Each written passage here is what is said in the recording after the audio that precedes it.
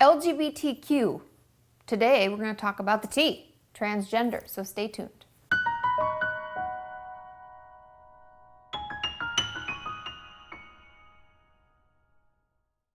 So like I said, today we're going to talk about the T in the LGBTQ.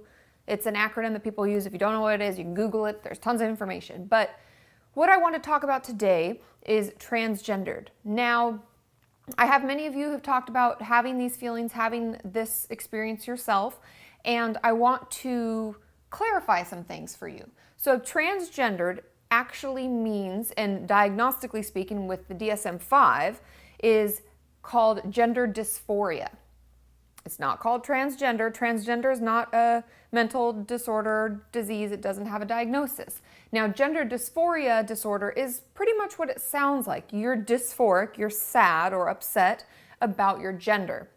Now, the way they describe it is that for at least 6 months, you feel that the person you were born, so I was born a girl, is incongruent with how I feel about myself. I feel like I'm a boy.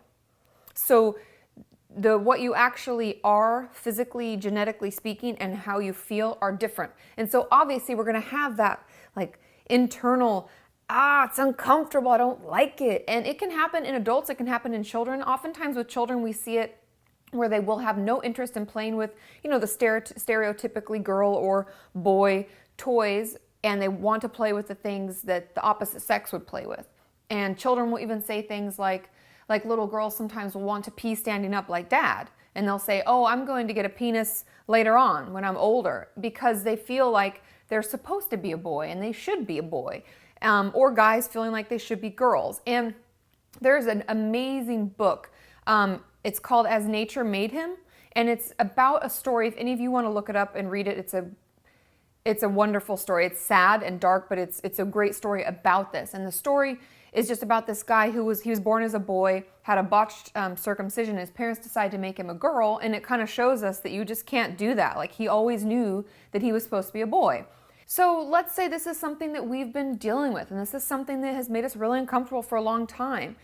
Then what do we do?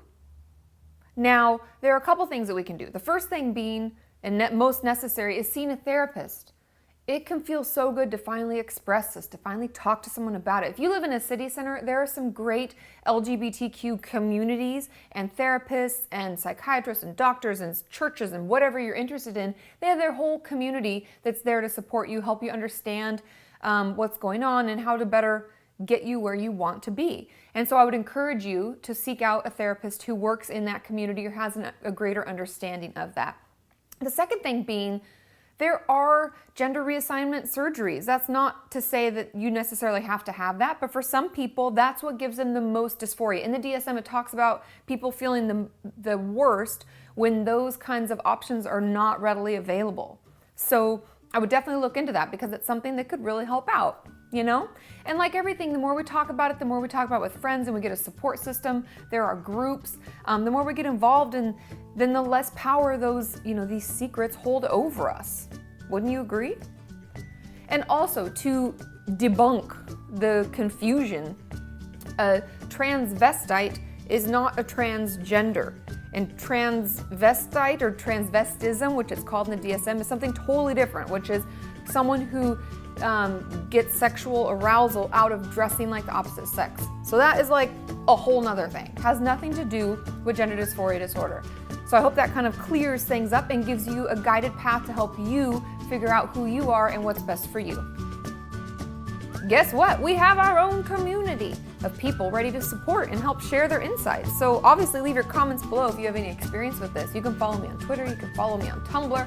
I post my own photos about my life, on Instagram. It's Katie Morton 1. So you gotta add a little 1 at the end. I also have Google Plus, and you wanna make sure you add that so that if you actually leave comments, then I can comment back and I can reply. And all that stuff that's wonderful about the community can happen. And don't forget KatieMorton.com, because there are chat rooms, and you can friend one another and message one another, and you can get the support that maybe you've been looking for and you didn't know it even existed.